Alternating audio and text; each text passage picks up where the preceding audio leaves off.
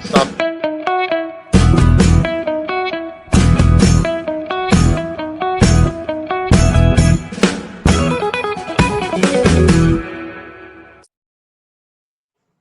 नमस्कार, मैं दर्शन शर्मा आप सभी का स्वागत करती हूँ एकेएन टीवी इंडिया में। हम लेकर आए हैं देश में आम आदमी पार्टी से जुड़ी वो खबरें जिसका असर राजनीति से आम जनता तक साफ दिखाई दे रहा है। तो बने रहें अंत तक हमारे साथ। बिहार से है मनीष शाह जी हमारे साथ। सर बहुत बहुत स्वागत है आपका। सुनते हैं पहले बिहार की खबरें। जी मनीष जी। आप सभी साथियों को मेरा नमस्कार। बिहार से मैं मनीष झा। आइए बिहार की खबरों का रुख करते हैं।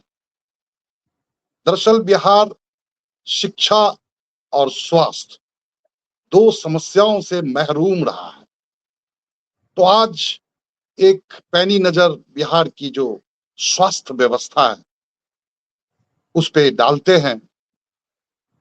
सूबे में 66,000 की आबादी पर एक एम्बुलेंस उपलब्ध है। यहां तक कि 5 लाख की आबादी पर एक एडवांस लाइफ सपोर्ट एम्बुलेंस उपलब्ध है। फिलहाल सरकारी क्षेत्र में एम्बुलेंसों की कुल संख्या 1966 मात्र है। वहीं एडवांस लाइफ सपोर्ट एम्बुलेंस की संख्या 569 है। बेसिक लाइफ सपोर्ट एम्बुलेंस की संख्या 1397 है तथा शव वाहनों की संख्या 106 है। प्रखंडों में जो ब्लॉक्स हैं, प्रखंडों में संचालित प्राथमिक स्वास्थ्य केंद्रों में एम्बुलेंस 9 के बराबर उपलब्ध होती है। सरकारी एम्बुलेंस मुफ्त सेवा तो देती है लेकिन वक्त पर मरीजों को उपलब्ध नहीं हो पाती।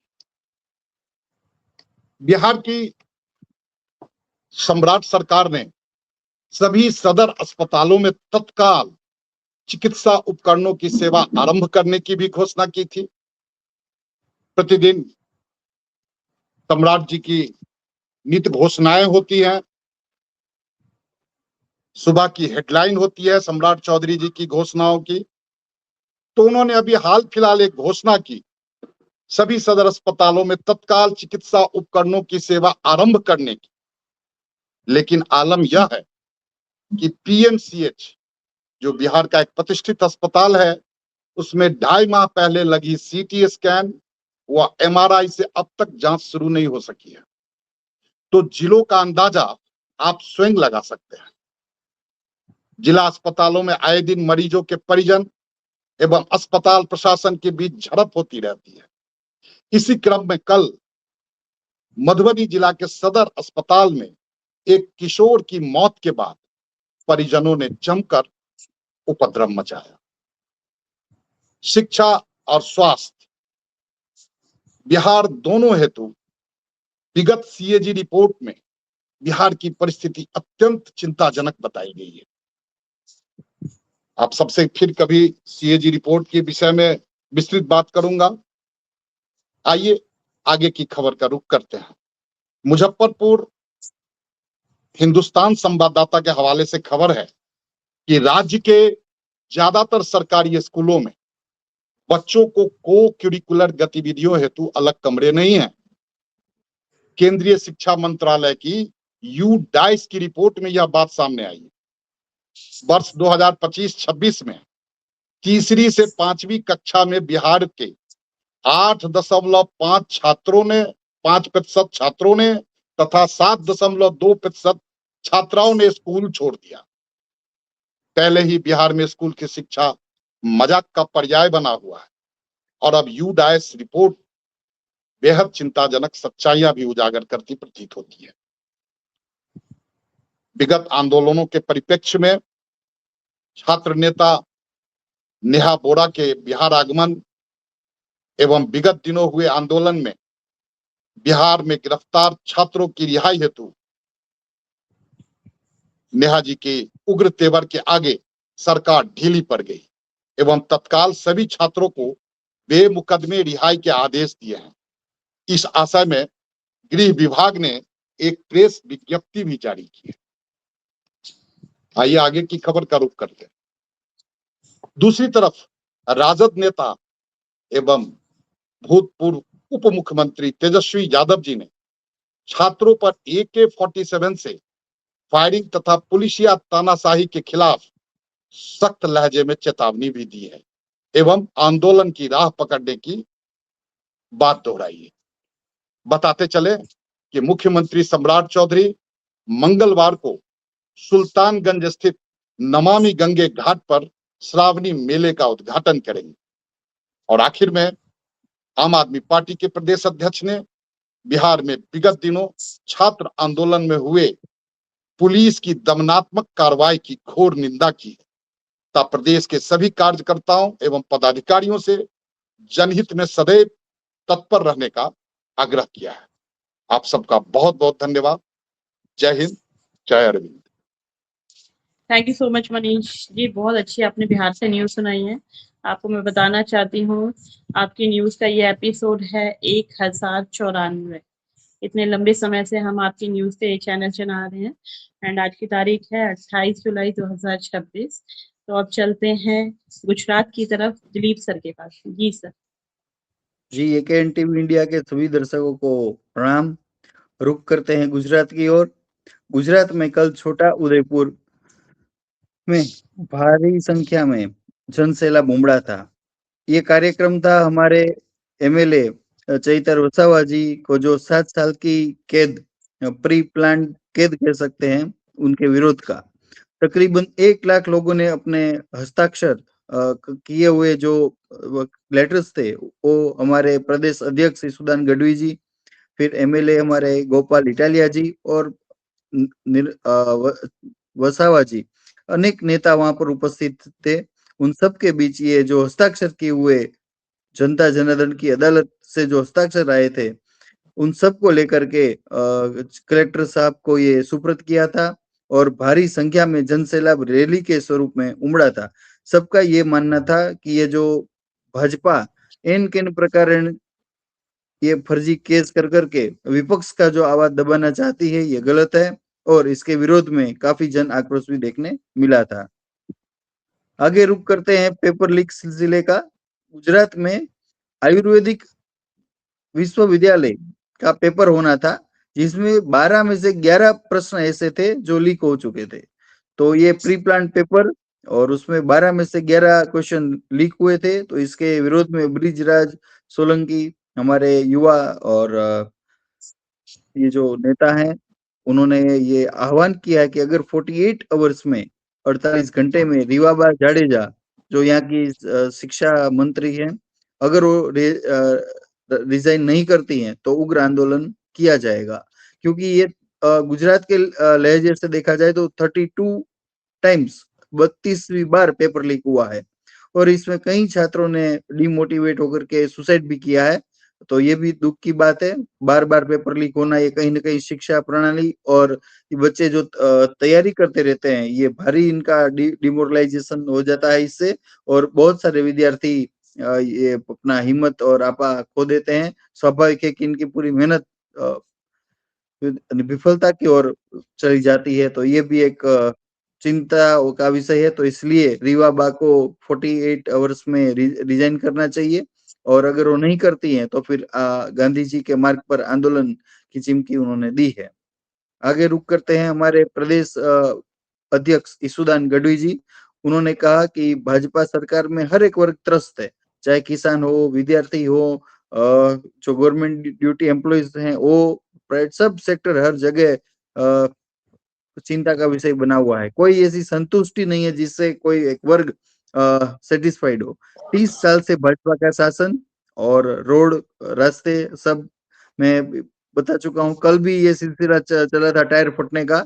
कोई व्यक्ति थे महाजन जो जा रहे थे अहमदाबाद से राजकोट, तो लेट नाइट उनकी टायर, जो गाड़ी का टायर था, फट गया क्योंकि बड़ा गड्ढा, और उसमें से जब पास हुए तो ये अलग अलग सब कठिनाइयों से जनता त्रस्त है। और अब इस बदलाव एकमात्र इसका सुझाव और विकल्प है, ऐसा सब महसूस कर रहे हैं। तो ये कुछ न्यूज थे मेरे पास गुजरात से। रुक करते हैं दर्शन जी का आगे की खबर की ओर। जी Darshan ji. Thank you so much. Gujarat से चलते हैं देश की राजधानी दिल्ली की ओर, सीमा जी के पास। जी सीमा जी। नमस्कार, स्वागत है आपका एकेएन टीवी में और चलते हैं दिल्ली न्यूज की तरफ। दिल्ली सरकार के दफ्तर में स्वास्थ्य घोटाले से जुड़ी फाइलें गायब, सौरभ भारद्वाज जी का बड़ा आरोप। आम आदमी पार्टी के नेता सौरभ भारद्वाज जी ने दावा किया कि दिल्ली सरकार के कार्यालय से 650 करोड़ रुपए के कथित स्वास्थ्य घोटाले से संबंधित सबसे महत्वपूर्ण फाइलें गायब हो गई हैं। उन्होंने बताया कि ये दस्तावेज दवाइयों, चादरों, ओआरएस, एक्सरे मशीनों और अन्य चिकित्सीय उपकरणों की खरीद में हुए भ्रष्टाचार से जुड़े थे। भारद्वाज जी ने सरकार पर सवाल उठाते हुए जवाब मांगा है कि आखिरकार ये फाइलें कहां गायब हो गई। सौरभ भारद्वाज जी का E20 के खिलाफ विरोध प्रदर्शन का आह्वान। E20 के खिलाफ एकजुट होने की अपील। आम आदमी पार्टी के नेता सौरभ भारद्वाज जी ने E20 ईंधन के खिलाफ जनता और युवाओं से एकजुट होकर आवाज उठाने की अपील की है। टाउन हॉल का आयोजन इस विरोध के तहत 1 अगस्त 2026 शनिवार को सुबह 11:30 बजे दिल्ली के कॉन्स्टिट्यूशन क्लब में national town hall against E20 का आयोजन किया जा रहा है। केजरीवाल जी की उपस्थिति। इस कार्यक्रम में अरविंद केजरीवाल जी शामिल होंगे और सभी आम नागरिकों को इसमें भाग लेने के लिए आमंत्रित किया गया है। एमसीडी टेंडर घोटाले को लेकर आम आदमी पार्टी का प्रदर्शन। आम आदमी पार्टी ने सिविक सेंटर स्थित एमसीडी मुख्यालय में विरोध प्रदर्शन किया। ये दिल्ली में स्थित है। आम आदमी पार्टी ने सिविक सेंटर स्थित एमसीडी मुख्यालय में पार्टी ने भाजपा पर एमसीडी टोल टेंडर में 500 करोड़ रुपए के घोटाले का आरोप लगाया है। आम आदमी पार्टी का कहना है कि जब तक जनता के एक एक पैसे का हिसाब नहीं मिलता, उनका संघर्ष जारी रहेगा। धन्यवाद। अब चलते हैं देश की बाकी खबरों की तरफ, दर्शन जी के पास। थैंक यू सो मच सीमा जी, बहुत अच्छी आपने न्यूज रखी है। आगे की न्यूज सुनाती हूँ आपको। आम आदमी पार्टी के राष्ट्रीय संयोजक अरविंद केजरीवाल जी ने कहा, पेपर लीक रोकना है तो बीजेपी हटानी होगी।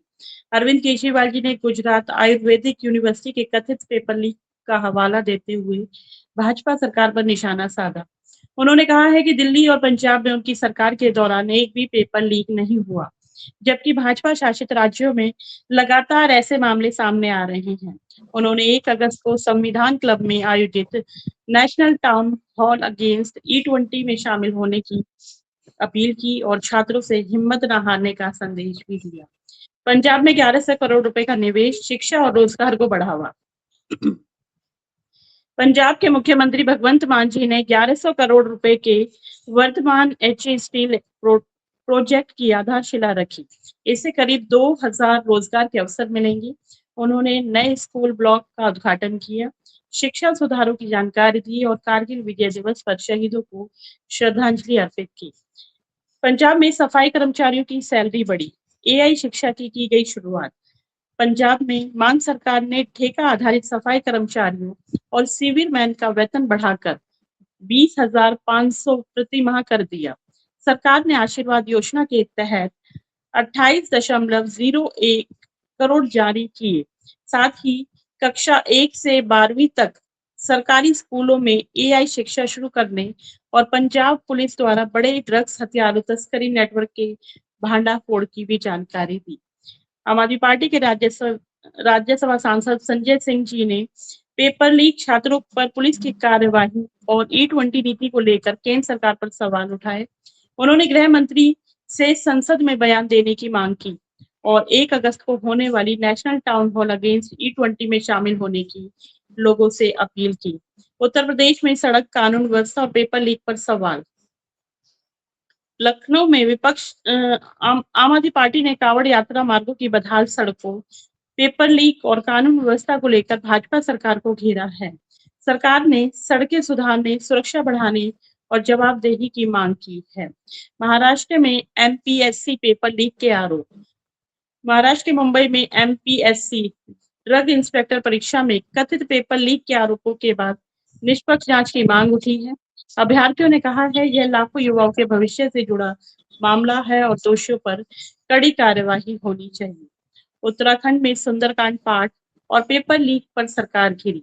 उत्तराखंड के देहरादून में खटीमा विधानसभा में सुंदरकांड का पाठ आयोजित किया गया। वहीं प्रदेश में कथित पेपर लीक मामले को लेकर भी सरकार से निष्पक्ष मांग और उच्च शिक्षा मंत्री के इस्तीफे की मांग की गई। तो ये थी देश में आम आदमी पार्टी से जुड़ी कुछ खास और अहम खबरें। कल फिर हाजिर होंगे नई खबरों के साथ। तब तक के लिए नमस्कार, जय हिंद, जय भारत।